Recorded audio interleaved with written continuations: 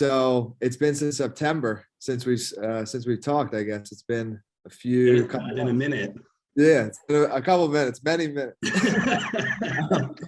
So, what I guess just kind of overall chat is like, what are you currently working on right now? I know you have a book and stuff. Like, what else is going on? It's interesting. I actually just got done with a meeting with a founder who's running a startup. It's a really interesting startup. He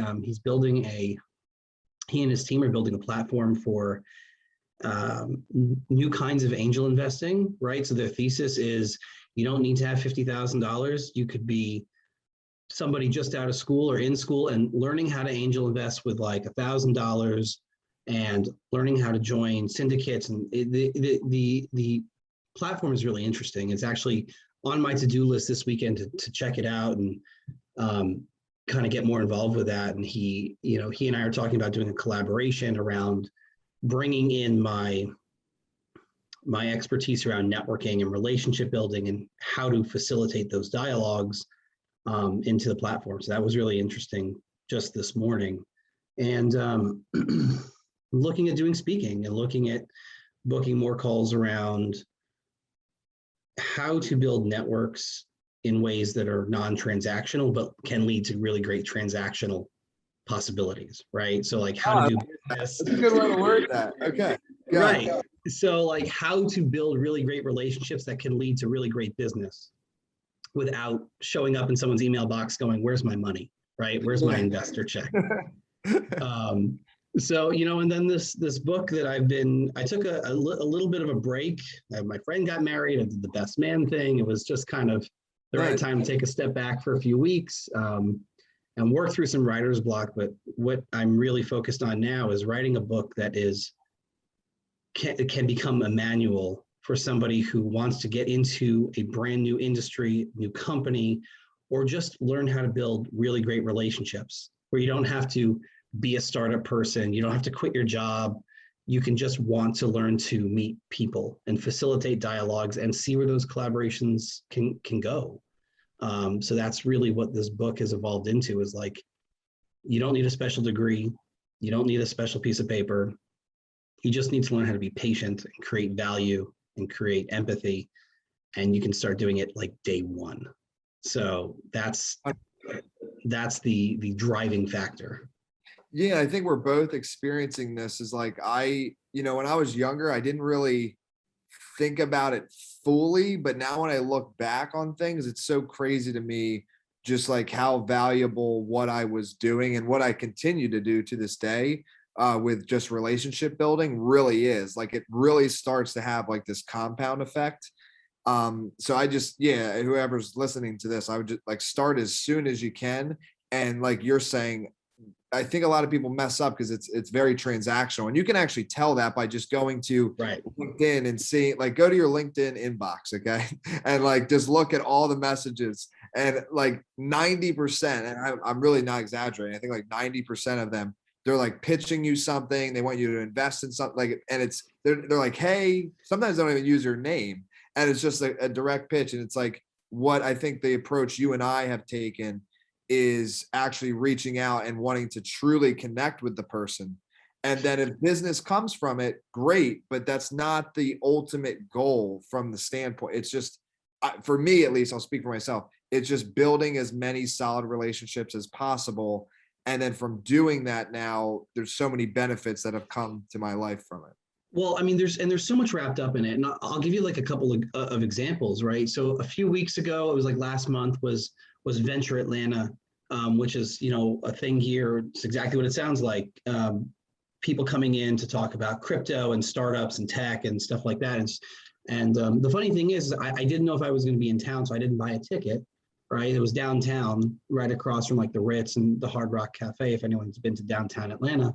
But I figured I'll go downtown and, hang out across the street, do some work, and, maybe people will meet for coffee afterwards. And what was so interesting was the first day after the events were done and after people were done doing the talks and stuff, because the real networking doesn't happen during talks that people are trying to pay attention to, right? During the events where they're trying to focus on the speakers.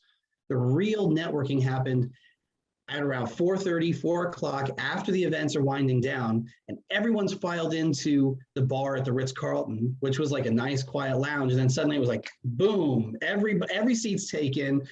There's this humdrum of talk of tech and investing.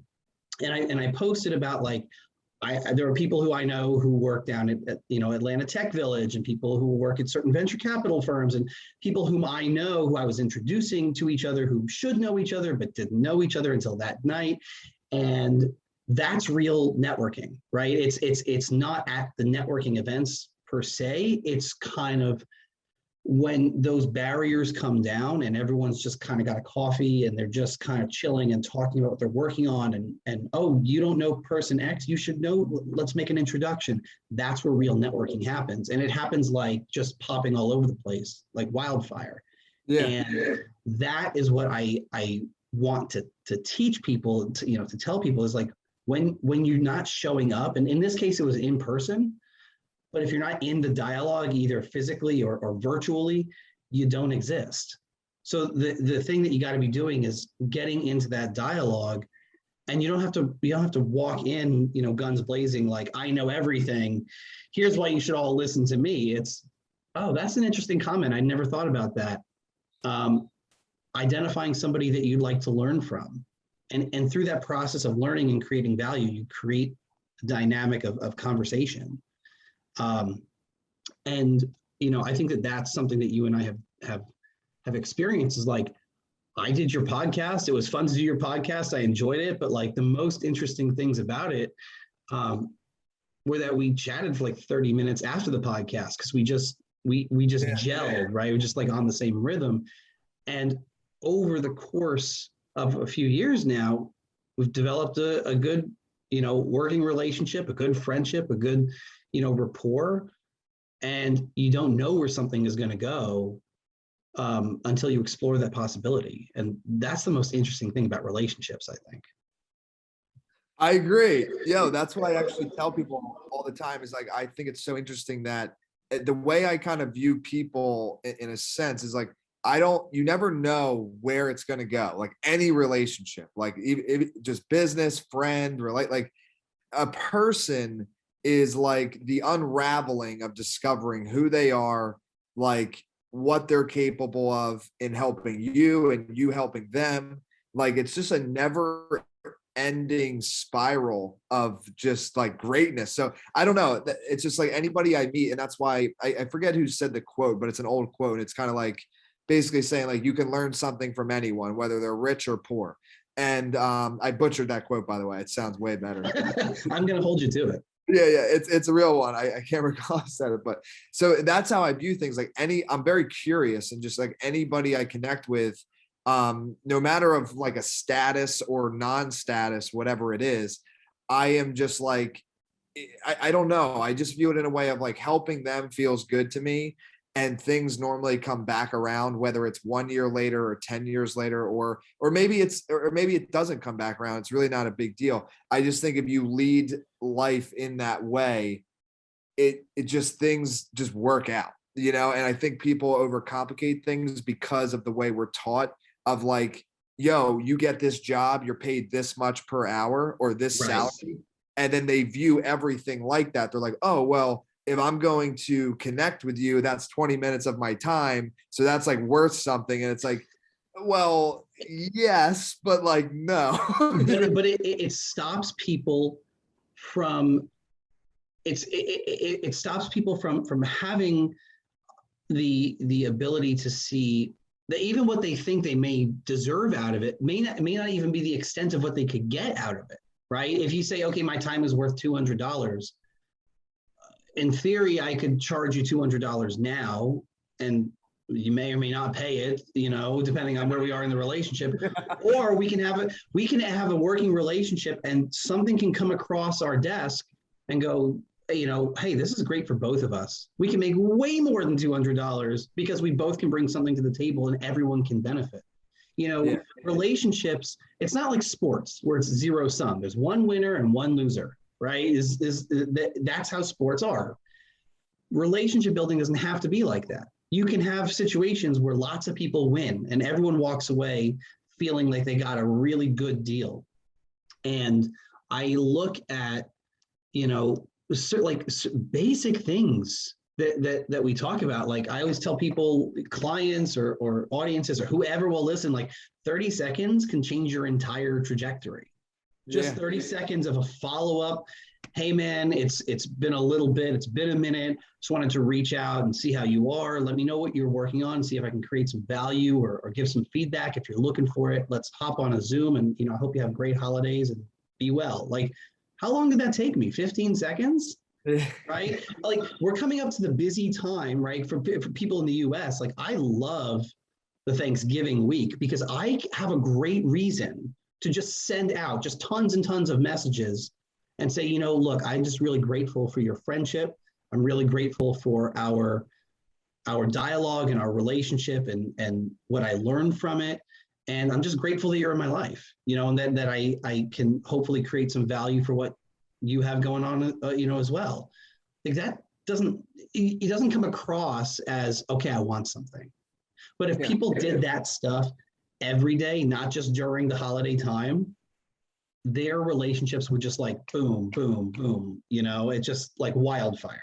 I agree, man. And I think relationships are, I want to say they're like they're the best thing that you can have in life from my experience. Like I was talking to somebody, a friend of mine last night. She's here visiting Miami and we were out to dinner, and I've been doing these, I've been involved. Do you know, I think we talked about this, like a family office, like what that is? I think basically it's like somebody who has a net worth of $100 million or more, and then they have an office that manages it. And what I was just telling her is like, from my experience of being around like those people, I've built a lot of amazing relationships, but just out of my curiosity, I've just been curious, like, are they happier? Right? Like, are they happier? Like happier than a person who, I don't know, makes 100 grand a year or whatever. And from my experience, I would say, I don't think they're happier. I mean, think about it. The difference is like, they're at these events and it's about the relationships. The only difference is that the table and the wine and the food on the table is a little bit nicer. Like, and that's what I was telling her last night. And we were at like a nice restaurant in Miami, so I don't even know if that's like the best, but that's what I've come to discover is like, I've had dinner with people that, work 9 to 5 and they're making 50 to 100 grand a year, and we have an amazing time. And then I've had dinner with people that are worth hundreds of millions, sometimes billions of dollars. And I can't honestly say that one or the other was like a better or happier, joyful time. And see, that's what I feel like people need to realize is like, even once you make the money that you think you want to make, it always comes back to like serving others and like helping them. Like that is what is. So either way, go ahead. You're so on the ball here, because what I wish people just generally understood. And I realize like we're in a society where like we're conditioned to kind of grow up thinking a certain way. But what I wish people really understood was like, you can talk to, I use the word anyone, maybe not anyone, but you can talk to so many people who you think you can't talk to because what their job title might be, or what their bank account might, the number might be in their bank account. And what I found is that if you treat those people who have that, that job title or that bank account number differently, it doesn't feel good to you. Oftentimes it doesn't feel good to them. Okay. Because if it's somebody who you want to talk to, like if it's somebody who's going to be good for you, then they won't let that get in the way. Right. Then they'll honestly feel a little awkward, because if they're lauding it over you, that's not going to be a good relationship anyway. It's not going to feel equal. And, like you and I are a great example. Like, I really love what you're doing in the projects you're working on. And like, I look at what you've accomplished and where you are, and I'm like, you know what, that's where I want to be. Right. And not in a jealous way, just like Tyler's doing things that are really interesting. He's having experiences and he's able to help people in ways that I want to be able to help people and have the flexibility and freedom to do that. So what can I learn from him, right? What can I learn from what you're doing in a way where I create the value that I'm able to create, that we both feel it's a mutually beneficial relationship, right? Yeah. Where your understanding is, okay, Adam wants to be here, and maybe there's a mentor-mentee dynamic to it, but it doesn't need to be an uneven dynamic. People get so hung up on this junk. And if they just talk to someone from the heart and say, I really love what you're doing, I want to do that. Can you help me get there? Right? Can we find a way for you to help me get there? I want to be able to value your time and your expertise. Here's what I can do, but I really, really want to be able to get there. So what, because there's value for people on your end too, right? The mentor type of stuff. Like when I mentor people, when I have clients, they go out and tell people like, Adam really helped me, right? Like I was giving talks at the Atlanta Tech Village, and one of the people who helped book my talk, like in the middle of my conversation with some of the founders, was like, I tried what Adam told me, like on Twitter, on LinkedIn, is like, it works. Like over the last month and a half, it works. Like I didn't ask for that, like that testimonial, that recommendation. It just was like, I think you should try this. It could help you. And now you have somebody who's an evangelist for what you're trying to put out there. So there is a huge mutual value element.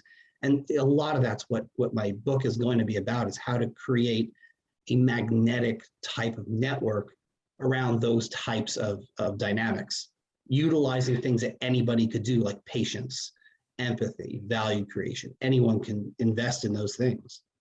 Yeah, and I think you're one of the best I know that at this, right? Because the thing that I think, another thing for people to realize, is that the value that the mentor gets, in my opinion, is the mentoring, right? And it's so it's actually the same thing, even though it's the opposite, meaning like the mentee is trying to learn something, right? So that to people is like a very obvious like pro, right? Okay.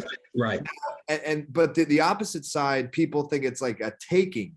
And look, it depends how you look at it, but in my opinion, if the mentor says yes, right, like that means they want to be there. Like they don't have to be there. You don't have to be there either, right? So, but it's just like there is a value, and I would say an equal value with the giver and the receiver. Like it's just because the person who is giving, like they're doing it not just for you, like they're also doing it because it feels good to them.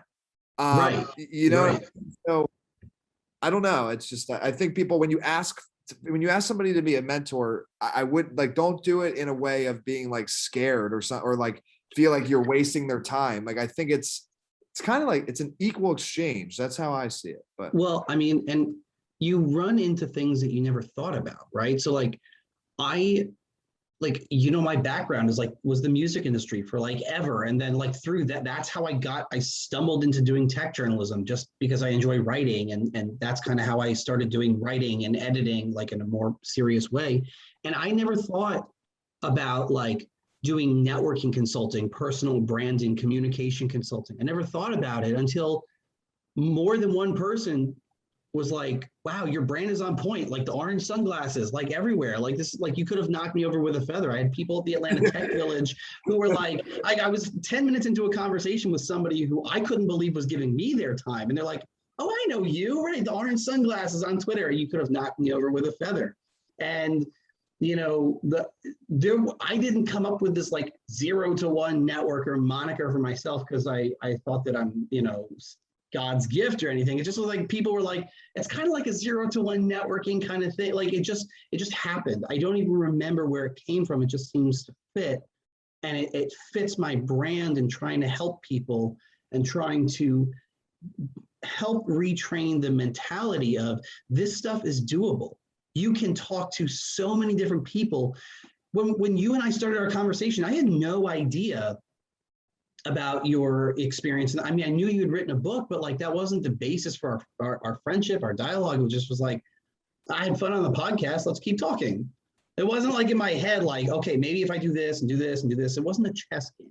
People so often try to make it a chess game. It's not a chess game. Just talk to people and create value and see what happens. Because if you try to treat people as if you're playing chess against them, they're going to know. It's the people aren't dumb. They're going to figure out that you're trying to game them, and you can't hack relationships. And so now, as I write this book and we have these conversations about like, how can I do it really well? How can I get it on these like bestseller lists? How can I really write something that is really valuable and really successful? We have a rapport and a rhythm that we can now fall back on and have that conversation, a foundation, right, on which to build that dialogue.